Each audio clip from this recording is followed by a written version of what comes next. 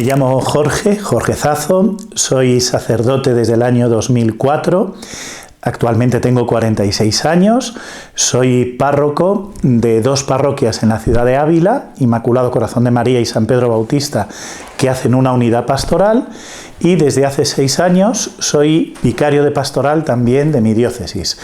Antes de vicario fui delegado de jóvenes y antes estuve haciendo mi tesis doctoral y comencé mi ministerio como profesor y como responsable de pastoral en uno de nuestros colegios diocesanos. Un poco mi historia vital es, la verdad, muy sencilla. Yo no tengo una de esas conversiones fulminantes como la de San Pablo o San Agustín. Yo soy un niño de parroquia de toda la vida. Yo, desde que tengo uso de razón, iba a la iglesia de mi barrio, de la que ahora soy párroco, el Inmaculado Corazón de María, donde había un sacerdote fantástico, don Jesús Jiménez Bustos. Y entonces yo desde niño, viendo su alegría, viendo su entrega a toda la gente, viendo su capacidad de estar siempre al lado del que más lo necesitaba, yo desde niño dije, yo quiero ser como él. En cierto modo, Dios ha sido siempre alguien de casa, muy presente en mi familia, pero todavía podría identificar el rincón exacto de Gredos, donde durante un campamento que hacíamos también en la parroquia, yo descubrí Dios es real. O sea, fue una iluminación, porque además lo que experimenté fue como un exceso de luz, un desbordamiento de luz, y la certeza absoluta de que Dios era real, estaba a mi lado y me quería consigo. En la adolescencia me rebelé un poco como todos, pero una rebeldía muy sencilla. Yo seguía siendo un muchacho de parroquia, que me confirmé, que estaba en los grupos de jóvenes, incluso era responsable ya entonces del grupo de jóvenes de la parroquia, pero bueno, esa vocación incipiente, ese yo quiero ser como mi cura, pues digamos que lo dejé de lado porque me gustaba una chica y porque, bueno, quería hacer medicina. Pero justamente cuando estaba en el año de COU, es decir, lo que ahora sería segundo de bachillerato, en ese verano, por un sueño, el Señor me volvió a hablar. Es decir, yo me soñé a mí mismo como sacerdote. Y me desperté como si hubiera tenido la peor pesadilla de mi vida. Empecé a justificarme que esto era una cosa de cuando era niño, que esto no podía ser, pero no me dejaba en paz. Es decir, no es uno de esos sueños que se tienen y se olvidan, sino que el corazón me seguía dando vueltas. Recuerdo que fui a hablar con un montón de gente, con un montón de sacerdotes que me conocían y me querían, y la verdad es que volvía con la cabeza más confundida todavía que antes de hablar con ellos.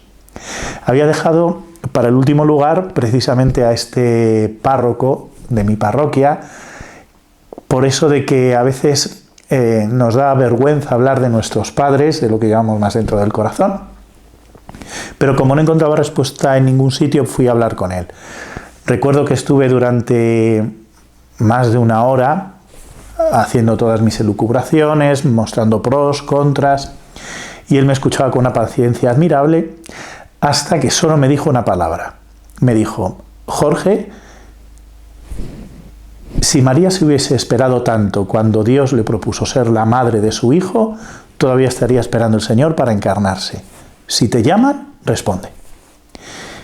Y de repente se me pasaron todos los miedos. Fue también una de esas experiencias de cuando Dios llega a la vida que te lo deja todo con una absoluta claridad. Más allá de los razonamientos intelectuales, hay una consolación interior que te asegura: este es el camino, esto es lo que Dios quiere. Y ese fue un poquito el itinerario de mi vida. Desde entonces, bueno, pues entré en el seminario con 18 años, me ordené con 25, mi proceso formativo fue normal, nuestro seminario está en Salamanca, pero yo además tuve la suerte de que pude hacer un año, una beca Erasmus en el Instituto Católico de París. Después de ordenarme, estuve en un colegio diocesano, que fue una experiencia muy bonita, ¿no? muy enriquecedora también, sobre todo porque cuando luego me mandaron a hacer la tesis doctoral, yo me doctoré en Teología Fundamental, claro, a la hora de elegir el tema, yo tenía otra vez muchas especulaciones en la cabeza, pero recuerdo perfectamente que una noche de campamento del que teníamos en el colegio, yo había hecho una oración citando esta frase de Benedicto XVI en la Deus Caritas Est, de que la fe nace de un encuentro con Cristo resucitado. Y recuerdo que una muchacha de 16 años que estaba de acampada me dijo: pero no me encontraré yo con Cristo como me encuentro contigo. Y me pareció una pregunta bastante atinada que merecía la pena desarrollar. Así que por eso mi tesis doctoral fue sobre el encuentro como una clave para entender cómo Dios se revela y cómo nosotros accedemos a la fe. Y bueno, fundamentalmente después me dediqué a la pastoral juvenil al volver de Roma. Fueron unos años muy bonitos, donde los chicos me enseñaron mucho y donde también tuve la gracia de conocer a las esclavas carmelitas de la Sagrada Familia, que han sido desde entonces pues unas compañeras en la evangelización. De hecho, tengo la suerte ahora de que también es una comunidad religiosa presente en las parroquias donde estoy, ¿no? En el año 2017, quien entonces era mi obispo, me hace párroco de San Pedro Bautista, que es una parroquia en una zona muy bonita de Ávila, de expansión, con unas instalaciones nuevas, y el año siguiente me hace párroco de la parroquia de al lado, que es la mía de origen, del Inmaculado Corazón de María, para hacer desde entonces un itinerario de unidad pastoral. Esto es muy importante comprenderlo bien, porque es uno de los caminos por donde muchas diócesis en la Iglesia en España y en el mundo están caminando, y no siempre hay mucha claridad. Por lo tanto, yo soy alguien de parroquia desde el origen, y hace un año y pico, me sentí impulsado a escribir un libro sobre la parroquia, precisamente. Es este que tenemos aquí. Bueno, pues este es el libro, La parroquia en la Europa posmoderna, ¿de acuerdo? ¿Por qué me sentí impulsado a escribir este libro? Hay varias razones, ¿no? Quizá hay un problema actual en la Iglesia, aunque en la actualidad quiere decir como mínimo desde los años 50 del siglo pasado, en los cuales hay grupos que privilegian lo que un conocido teólogo, Karl Rahner, llamaba la pastoral extraordinaria. Piensan que las parroquias obedecen a un sistema de evangelización y de sociedad eminentemente rural que ya no corresponde a los tiempos contemporáneos, y por consiguiente, en su opinión, las parroquias necesitarían ser completadas o tendrían que quedar, en cierto modo, en un segundo plano delante de lo que sí que evangeliza, que son iniciativas diversas, desde movimientos a experiencias de primer anuncio o otro tipo de comunidades no eminentemente parroquiales. Pero, de hecho, lo que todo el mundo al final viene reconociendo es que todas esas iniciativas, si al final no conducen hacia una parroquia, quedan infructuosas, o al menos falta algo esencial, ¿no? Entonces, la primera pregunta es ¿por qué las parroquias son esenciales en la evangelización? Y aquí yo creo que hay que referirse a dos principios, si me permiten la palabra un poco pedante, uno cristológico y otro eclesiológico. El cristológico, es decir, el principio que deriva de nuestra fe en Jesús, es que el Hijo de Dios se encarnó. Y el principio de la encarnación supone asumir la realidad humana, que es, por esencia, una realidad en un tiempo concreto y en unas condiciones muy determinadas. Cuando nosotros no nos fijamos en la parroquia, sino que tendemos hacia otro tipo de encuentros o de grupos, tendemos a ser selectivos. Muchas veces en el centro de nuestra opción estoy yo mismo, que quiero estar con estos que son de mi misma edad, con estos que piensan como yo, con estos que son de mi categoría social o que tienen mi experiencia particular o análoga, mientras que la parroquia es el estar de acuerdo con todos, el comprender que somos hermanos y somos una comunidad de fe y somos seguidores de Jesucristo, los ancianos y los niños, los jóvenes y los adultos, los ricos y los que tienen menos posibilidades económicas, los que tienen mucha cultura y los que tienen poca, porque lo que nos une es la extensión concreta de nuestra experiencia en un tiempo y un espacio determinado, ¿no? Y eso es lo que nos da la parroquia, ¿no? Muchas veces detrás de las concepciones reduccionistas de la parroquia, lo que hay es un olvido del dinamismo de la encarnación. Es hacer una evangelización de teorías que no cae en la importancia del cuerpo que siempre se da en un tiempo y en un espacio determinado. El principio eclesiológico, el segundo que citaba, tiene que ver con el origen histórico de las parroquias. En el origen, la experiencia cristiana era fundamentalmente diocesana, es decir, en ciudades, en torno a un obispo, se congregaba todo el pueblo de Dios. Era el obispo el que organizaba la catequesis, presidía los sacramentos, organizaba la predicación. Claro, ¿qué sucede? Que cuando, con el correr del tiempo, en el siglo IV, sobre todo a partir del Edicto de Milán, comienza la gran expansión del cristianismo, los cristianos dejan de ser perseguidos y pasan a ser, a partir del Edicto de Tesalónica, la religión obligatoria del imperio, entonces ya no es posible la organización diocesana, tal como se venía ejerciendo hasta ese momento. Es decir, la Iglesia tiene que decidir si crear una multitud de diócesis y de obispos en lugares donde sea humanamente posible hacerlo, donde pueda surgir comunidad, o si el obispo se queda como el supervisor, episcopos es lo que significa, el que supervisa, de una zona, de una iglesia local, de una diócesis, pero la experiencia concreta de comunidad se encomienda al pueblo de Dios que vive en una determinada circunstancia geográfica, presidida por un párroco, por un sacerdote que hace las veces del obispo en su nombre y en comunión con él. Esto es importante tenerlo en cuenta en dos sentidos. En primer lugar, en un sentido ontológico, es decir, teológico de fe, no cabe duda que la Iglesia diocesana precede a las parroquias. Está por encima de ellas y es la que lo sustenta, porque forma parte de la apostolicidad de la Iglesia, esa que confesamos en el credo, creo en la Iglesia que es una, santa, católica y apostólica, que la vida de fe, la comunidad cristiana, el seguimiento pleno de Jesucristo, se estructura en torno a la presidencia de un obispo, miembro del colegio de los sucesores de los apóstoles. Por eso no cabe ninguna duda que la diócesis tiene precedencia, en este sentido, he dicho ontológica, quiere decir en el orden del ser, en donde se encuentra la plenitud de los dones de Dios, ¿no?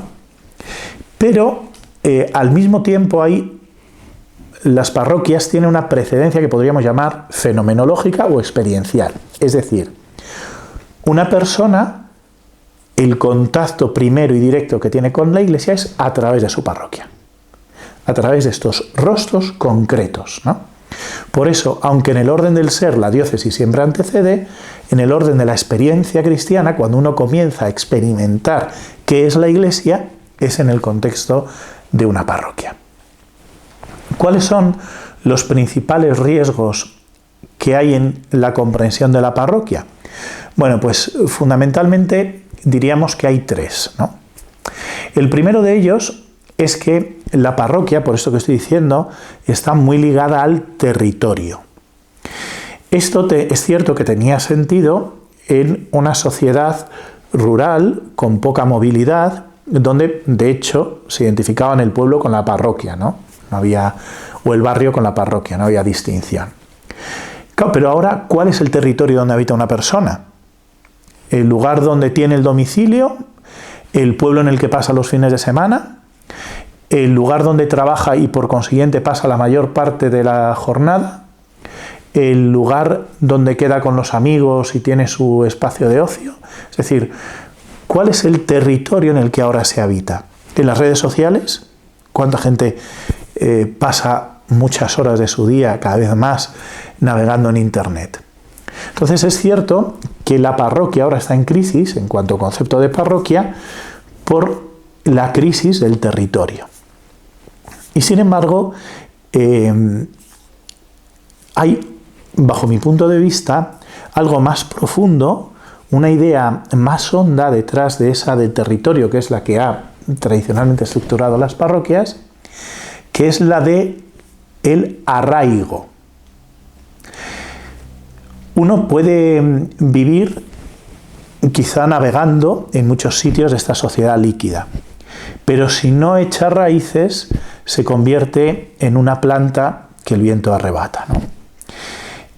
Por eso es tan importante echar raíces en un lugar concreto con unos rostros concretos, ¿no? Y esa es la principal opción de la parroquia. Más que una realidad en este sentido jurídica, aunque la parroquia está recogida en el Código de Derecho Canónico y hay una serie de principios que las parroquias tienen que garantizar, ¿no? Es decir, uno normalmente hace el expediente matrimonial en la parroquia a la que pertenece por domicilio, porque hay que dar algún criterio. Pero más importante que esa realidad es dónde uno ha echado raíces, cuál es la comunidad a la que pertenece, dónde se juega la vida, dónde se compromete visitando a los enfermos o ayudando a los niños en catequesis o distribuyendo alimentos a los pobres, dónde se celebra la Eucaristía, que es lo que congrega a la Iglesia, ¿no? Entonces, en las páginas más complicadas de este libro, quizá, pero yo creo que la principal aportación que puedo hacer es ese descubrimiento de cómo, tras la territorialidad, como concepto básico de la parroquia, se encuentra el arraigo y cómo hay algunas formas de garantizar ese arraigo para la supervivencia de las parroquias o para que sigan teniendo su pleno sentido evangelizador. El segundo problema que tienen hoy las parroquias es que durante mucho tiempo han sido excesivamente clericales, ¿no? En el sentido de que se consideraban en función del párroco, ¿vale? Precisamente como las diócesis estaban bajo la presidencia del único obispo y las parroquias surgen como la aproximación experiencial en un espacio más reducido de lo que es la diócesis, la figura del párroco ha tenido muchísima relevancia, ¿no? Hasta el punto de casi opacar al pueblo santo de Dios, ¿no? Es lo que el Papa Francisco con mucha frecuencia llama el clericalismo. Y aquí tenemos dos extremos viciosos, ¿no? El extremo de quienes piensan que la figura del sacerdote ya es prescindible, porque en el fondo lo único que importa es el pueblo de Dios, y de hecho hay teorías en los debates teológicos contemporáneos que piden la posibilidad de que haya laicos o religiosos o diáconos que sean nombrados párrocos, al extremo completamente contrario, donde el párroco sigue siendo el que lo hace absolutamente todo, el que lo determina todo, el que lo decide todo. El primer extremo no responde a la esencia de la parroquia, porque el don del ministerio apostólico es constitutivo de la Iglesia. Pero tampoco corresponde el segundo, porque el sujeto de la evangelización es propiamente la Iglesia en su conjunto. Y por consiguiente, es fundamental recuperar esta importancia del pueblo santo de Dios, ¿no? Una de las cosas que analizo en el libro es cómo esto ha tenido distintas configuraciones, ¿no? En la teoría, ¿no? Por ejemplo, algunos hablan de la parroquia en el sentido de comunidad, una cuestión que tiene ciertamente sus ventajas, pero también ha tenido sus inconvenientes, en el sentido de que muchos han interpretado el concepto comunidad no a la luz del Evangelio, sino a la luz de la sociología de corte comunista, ¿no?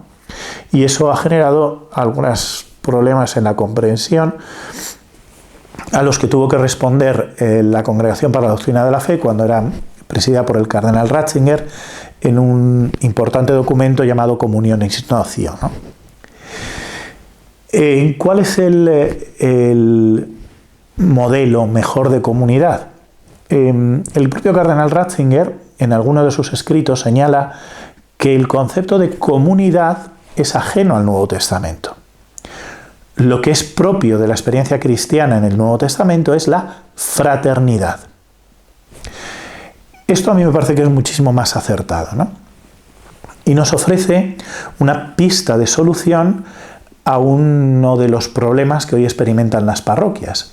Y es, ¿qué pasa en las grandes ciudades donde hay tantísima gente en un barrio que es imposible conocerse entre todos, ¿no?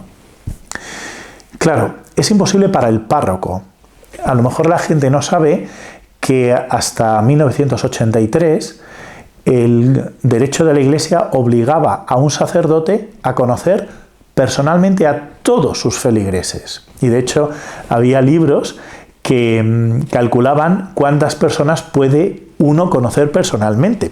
La mayoría se ponían de acuerdo en torno a los 5 o 7.000, ¿no? Bueno, yo no sé hasta qué punto esos cálculos son realistas. Lo que sí que es cierto es que si el sujeto evangelizador ya no es solo el sacerdote, que tiene una función imprescindible, esencial, sin sacerdote no hay parroquia, solo un sacerdote puede ser párroco, pero si el sujeto evangelizador es la Iglesia en su conjunto, sí que se pueden establecer redes de fraternidad.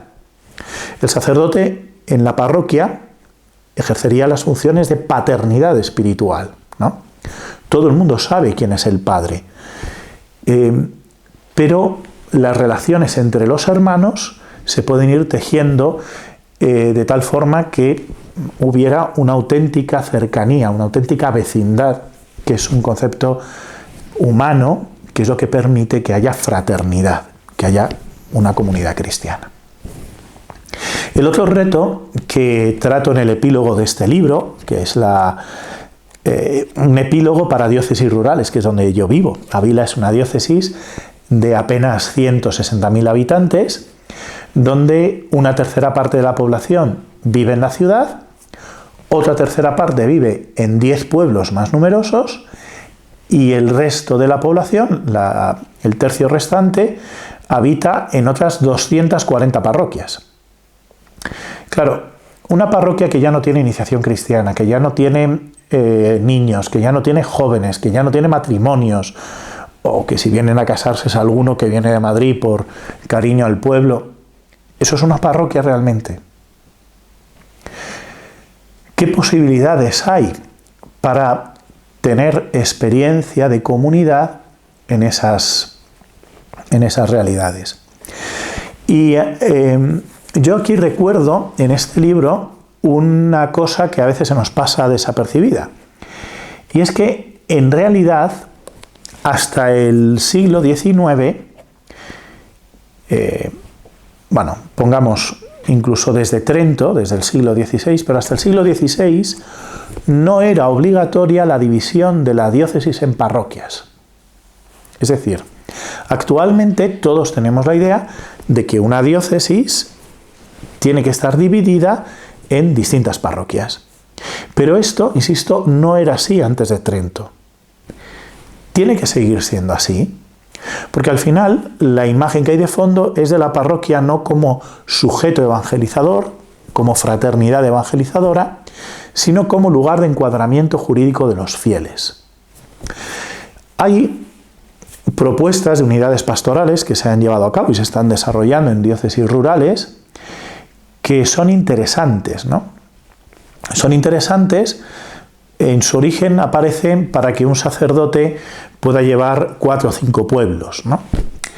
Pero ahora ya hemos visto que eso tampoco es suficiente. Primero porque no es problema solo de la carencia de sacerdotes, sino de algo mucho más grave, la carencia de comunidad cristiana.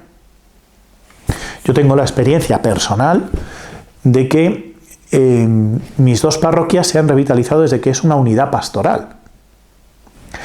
Y lo han hecho porque lo que tiene una ha sido complemento de lo que tiene otra.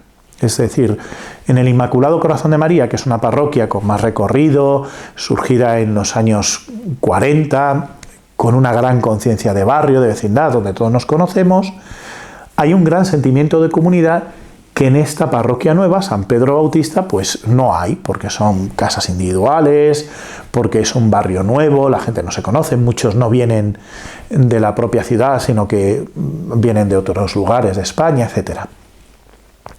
Por el contrario, San Pedro Bautista, la parroquia nueva, tiene mucha gente joven, cosa que el Inmaculado Corazón de María pues ya no tiene, porque es una zona más envejecida.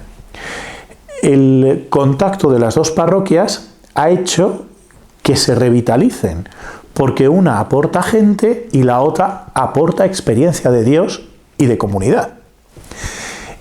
Yo creo que desde ahí hay que ver las unidades pastorales, ¿no? No desde la carencia de sacerdotes, sino desde el necesario fortalecimiento del pueblo de Dios como sujeto evangelizador. Pero esto es posible, por ejemplo, en las zonas rurales. Hay un sacerdote de nuestra diócesis que en cuanto se jubilen sus compañeros, que ya tiene uno 82 años y otro 77, va a tener que llevar él solo 54 pueblos que están separados entre ellos por una carretera que, teniendo en cuenta las limitaciones de velocidad cuando hay que pasar los pueblos, tardas casi una hora en recorrerlo de una punta a otra. Ahí es posible que surja ese sentimiento de vecindad, de comunidad. Es difícil, es muy difícil. ¿Tiene sentido en esos lugares seguir hablando de parroquia? ¿O se podría pensar en otro sistema de atención pastoral para esas zonas que tuvieran que ver con lo que en la Iglesia antigua era la figura de los periodeutas? Los periodeutas eran equipos misioneros que garantizaban la evangelización en las zonas rurales, pero que ellos a su vez se nutrían espiritualmente de una diócesis primero o de una parroquia después, que era donde tenían su vida comunitaria.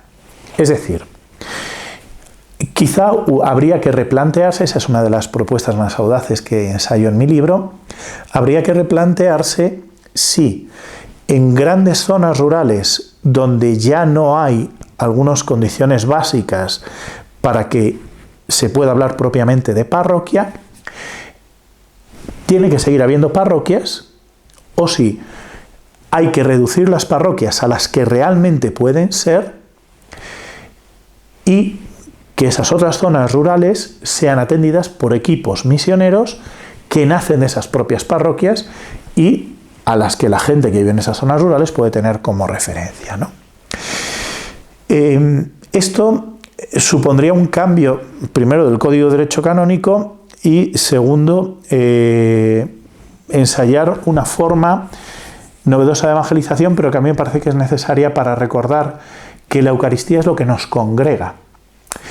¿Y cuántas serían las comunidades reales? ¿Cuántas parroquias reales podrían hacerse? Si recordamos lo que he dicho anteriormente, si la presencia del párroco es esencial para que haya parroquia, por esta analogía con la diócesis, entonces puede haber tantas parroquias cuantos párrocos puede haber en una diócesis. Mi diócesis de Ávila actualmente tiene en torno a 90 sacerdotes en activo. No todos son párrocos, aunque la verdad es que cada vez menos. Se han ido acabando en estas diócesis rurales la figura de los que solo eran profesores, o solo capellanes de religiosas, o solo canónigos, porque prácticamente todos ahora tenemos parroquias a nuestro encargo. Pero bueno, una diócesis siempre ha de manejar un número de presbíteros que esté dedicado a otras funciones, porque hay santuarios que hay que atender, porque hay capellanías de hospitales, porque hay colegios, porque a alguno le pueden pedir un servicio extradiocesano. Teniendo en cuenta la edad media de nuestros sacerdotes, teniendo en cuenta que se está ordenando un sacerdote cada 2 años, más o menos es un poquito la previsión que estamos manejando, en Ávila calculamos que en el año 2050 habrá unos 25 sacerdotes en activo menores de 75 años.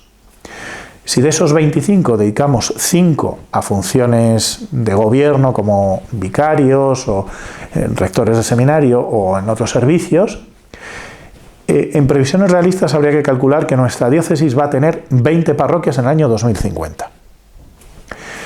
De esas 20 parroquias puede haber algunas que realmente se constituyan en unidades pastorales. ¿Por qué? Porque son parroquias vivas, las 2 que yo llevo, por ejemplo, como una unidad pastoral, son parroquias vivas. Se han revitalizado después de la unión, pero ya antes tenían una cierta fuerza. Son cercanas. Cuando eso sucede incluso en las zonas rurales, ¿no? Pienso, por ejemplo, en unos pueblos de nuestra diócesis, donde hay 3 parroquias muy cercanas, cada una con al menos 2.000, 3.000, 4.000 habitantes, bueno, pues eso sí que es una unidad pastoral posible, ¿no? Pero claro, los 54 pueblos pequeños, unidos con más de 1 hora de distancia, pues difícilmente. Y aquí llegamos al tercer punto. Aparte de la presencia del sacerdote, ¿qué se necesita para que haya comunidad cristiana? Pues tenemos que volver a la experiencia original de la Iglesia primitiva. ¿Qué era lo que fundamentalmente hacían las diócesis en el origen? La respuesta, siendo muy esquemáticos, sería clara: la iniciación cristiana. Y eso supone una capacidad para hacer el primer anuncio a los alejados, una estructuración del proceso catequético para que vaya introduciendo eficazmente en la vida de fe y vaya preparando para la recepción de los sacramentos. Todo lo demás, siendo muy importante, está en función de esa experiencia de la iniciación cristiana que se actualiza cada domingo en la celebración de la Eucaristía. Por eso la primera comunión, es decir, la recepción de la Eucaristía, era el culmen de la iniciación cristiana y lo que garantiza que uno pertenezca a Cristo porque semanalmente participa en la Eucaristía. Como digo, todo lo demás, la atención a los enfermos, la ayuda a los menesterosos, las confesiones, todas las demás cosas están bien, pero se pueden organizar de otras maneras. Hay gente que hay órdenes religiosas o hay movimientos que hacen muy bien todo otro tipo de cosas. Lo constitutivo de una parroquia es la iniciación cristiana. Entonces, junto con la presencia del presbítero, lo que hay que reexaminar es si estamos llevando a cabo procesos de iniciación cristiana. Y si los estamos llevando a cabo de acuerdo con el modelo que la Iglesia presenta a partir del Vaticano II, que es el ritual de iniciación cristiana para adultos. Eso supone esas fases que hemos dicho. Una comunidad, no solo el sacerdote, la comunidad, tiene capacidad de acercarse a los alejados. ¿Qué itinerario propone para quienes solicitan un sacramento? ¿Pueden ir descubriendo la gracia de Cristo o es la catequesis un simple trámite para conseguir el servicio que pido, que es recibir tal o cual sacramento y luego ya, si te he visto, no me acuerdo, ¿no? En reexaminar la iniciación cristiana nos jugamos mucho. Es decir, las parroquias, si tienen que servir para algo, es para hacer nuevos cristianos y para crear esas fraternidades donde la incorporación a Cristo que se realiza por los sacramentos se pueda vivir en plenitud.